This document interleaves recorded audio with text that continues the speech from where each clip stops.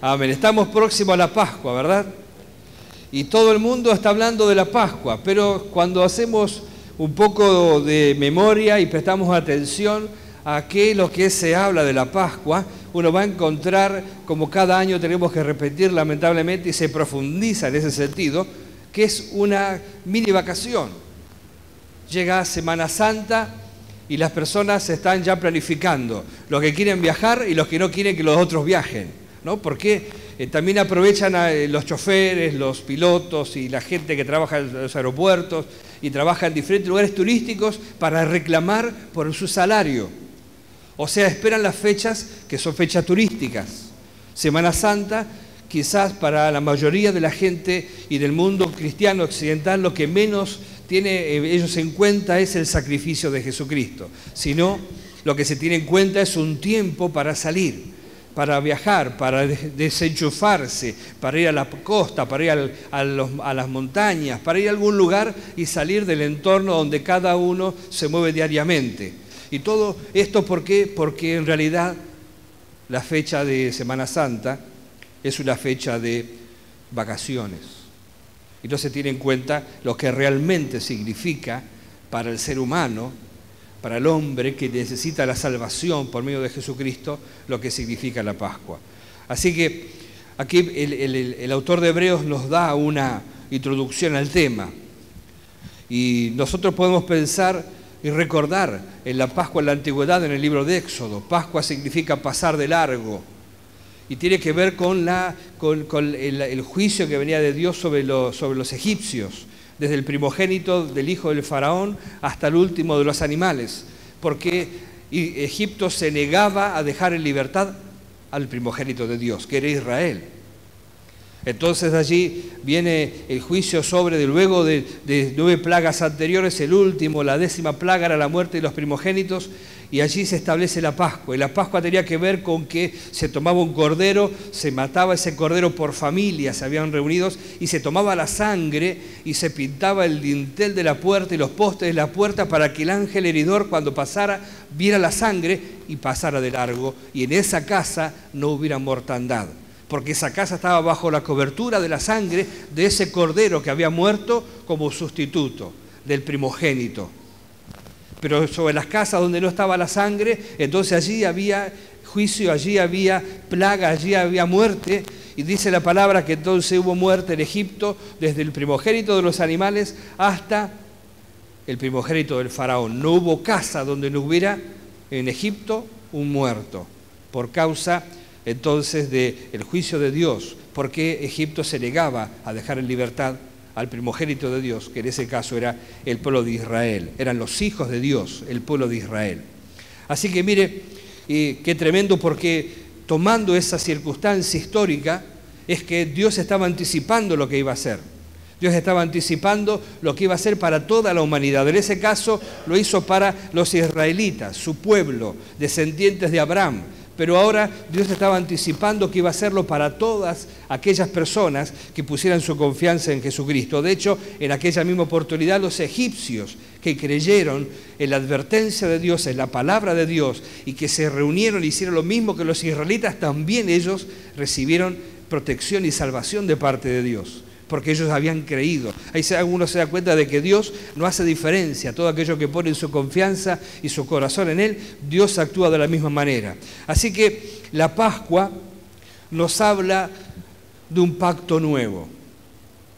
Aquí habla, mire que comienza diciendo, por lo cual queriendo Dios mostrar más abundantemente a quiénes.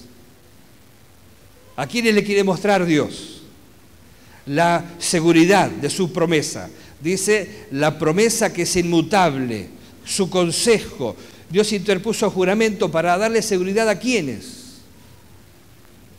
Usted tiene la Biblia ahí. Amén, ¿o no? Siempre le digo, si no tiene Biblia, ya en la librería puede conseguir una. Y si no tiene dinero, vamos a tratar de conseguir una Biblia, porque usted necesita saber que Dios dice que a ¿quiénes Dios le va a hacer promesa? A los herederos. Dice, por lo cual, queriendo Dios mostrar más abundantemente a los herederos de la promesa, la inmutabilidad de su consejo, interpuso juramento. Dios prometió a ¿quiénes? A los herederos. Antes de ser heredero, tiene que ser ¿qué cosa? Hijo, ¿verdad? Los hijos son los herederos. Los que no son hijos no heredan la propiedad de alguien, los que heredan son los hijos. Entonces Pablo en Romanos habla de esto, de que somos hijos y también somos herederos. Entonces, pero por otro, para ser hijos hay que poner la confianza en Dios. Hay que poner su confianza en Jesucristo. En Juan capítulo 1 dice, a los suyos vino y los suyos no le recibieron. Mas a todos los que le recibieron, a los que creen en su nombre, les dio el poder de ser hechos hijos de Dios. O sea que no todo ser humano es hijo de Dios. La Biblia dice que todos somos hijos de Adán, como descendientes de Adán, pero hijos de Dios son aquellos que creen en Jesucristo como su Señor y su Salvador, el primogénito de Dios, el único Hijo de Dios, el Hijo de Dios con mayúscula, ese es Jesucristo. Y todos los que ponemos nuestra confianza en Él somos declarados por la fe, entonces, hijos de Dios y herederos de las promesas inmutables de Dios que no van a cambiar. Por lo cual, aquí tenemos el primer punto que dijimos entonces, que la Pascua nos habla de un nuevo pacto, un pacto que se selló con sangre, la cual tenemos como segura y firme ancla del alma, que penetra hasta dentro del velo, donde Jesús entró por nosotros como precursor, hecho sumo sacerdote para siempre, según el orden de Melquisedec. Somos un sacerdocio eterno. El sumo sacerdote entraba una vez al año al lugar santísimo, traspasaba el velo que separaba el lugar santo del lugar santísimo. No era algo ilusorio, no era algo metafórico, había un velo allí entre el lugar santo y el lugar santísimo. Nadie podía traspasar ese velo, si alguien entraba allí moría. Solamente el sumo sacerdote podía entrar una vez al año y entraba ofreciendo sangre que derramaba sobre el propiciatorio, sobre todo estaba el arca que tenía una cubierta llamada propiciatorio arriba, entonces entraba el sumo sacerdote con la sangre que había sido ofrecida, el cordero pascual. Él tomaba la sangre y ofrecía esa sangre por sus pecados y por los pecados del pueblo. Y aquí dice la palabra que Jesús entró, traspasó el velo, dentro del velo entró como precursor por nosotros.